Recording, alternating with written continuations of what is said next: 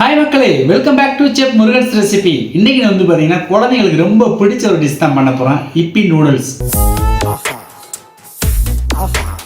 அதை வந்து ரெகுலராக ஒரே மாதிரி செஞ்சு கொடுத்து குழந்தைங்களுக்கு போர் அடிக்காமல் இருக்கணுன்றக்காக டிஃப்ரெண்ட்டான ஸ்டைலில் வந்து நூடுல்ஸ் இன்னைக்கு நான் உங்களுக்கு செஞ்சு காமிச்சிருக்கேன். வாங்க நம்ம எப்படி பண்ணுறாங்கிறத பார்க்கலாம். தண்ணி நல்லா கொதிச்சிருச்சு. இப்போ வந்து பார்த்தீங்கன்னா ஆல்ரெடி அதில் சால்ட் ஆட் பண்ணியாச்சு. அதுக்கப்புறம் வந்து பார்த்தீங்கன்னா நம்ம 4 பாக்கெட்டு நூடுல்ஸ் வந்து போடுறோம். வாங்க, அது சூப்பராக வேற ஒரு ஸ்டைலில் உங்களுக்கு மணக்க நீங்கள் பண்ணித்தரேன். நல்லா கொதிச்சு குக் ஆகிட்டு இருக்கு. இப்போ வந்து பார்த்தீங்கன்னா நம்ம 1 ஸ்பூன் வந்து நம்ம ரீஃபண்ட் ஆயில் ஆட் பண்ணிடலாம். ஆட் பண்ணிவிட்டு அதை வந்து நல்லா மிக்ஸ் பண்ணி விட்டுருவோம்.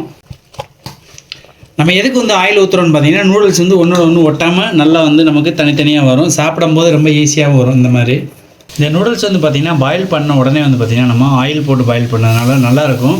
பட் வடிக்கும் போதே வந்துட்டு வடித்து விட்டு மேலே ஒரு கப்பில் வந்து தண்ணி பிடிச்சி ஊற்றி விட்டீங்க அப்படின்னா இந்த மாதிரி வந்து ஒன்றோட ஒன்று ஒட்டாமல் சூப்பராக வந்துடும்.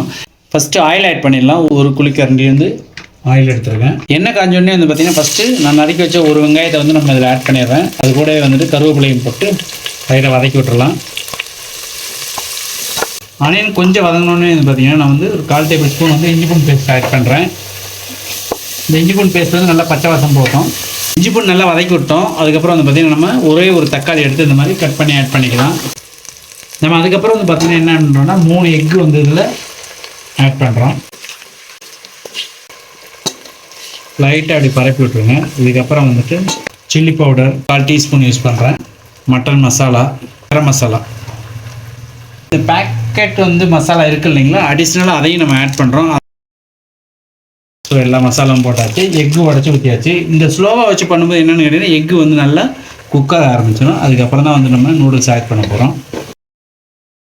மசாலா, எக்கு இது எல்லாமே வந்து பார்த்திங்கன்னா நல்லா இந்த மாதிரி மிக்ஸ் பண்ணி விட்டுடலாம். ஸோ இதை ஆட் பண்ணி நல்லா மிக்ஸ் பண்ணி விட்டுடலாம். ஃபஸ்ட்டு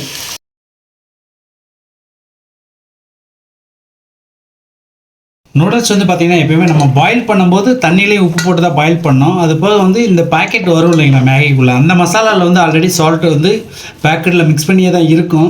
அதனால் வந்துட்டு சால்ட்டை மட்டும் உங்களுக்கு தேவையா இல்லையாங்கிறத செக் பண்ணி பார்த்துட்டு போட்டுக்கோங்க.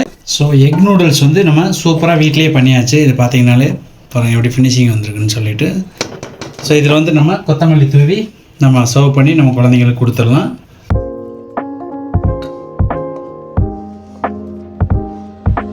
ஸோ இந்த வீடியோ ஃபுல்லாக பார்த்துருப்பீங்கன்னு நினைக்கிறேன். ஸோ வீடியோ ரொம்ப பிடிச்சிருக்கும். உடனே போய்ட்டு குழந்தைங்களுக்கு செஞ்சு கொடுத்து அவங்கள சந்தோஷப்படுத்துங்க.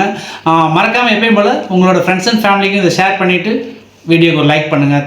தேங்க்யூ ஃபார் வாட்சிங். பாய்.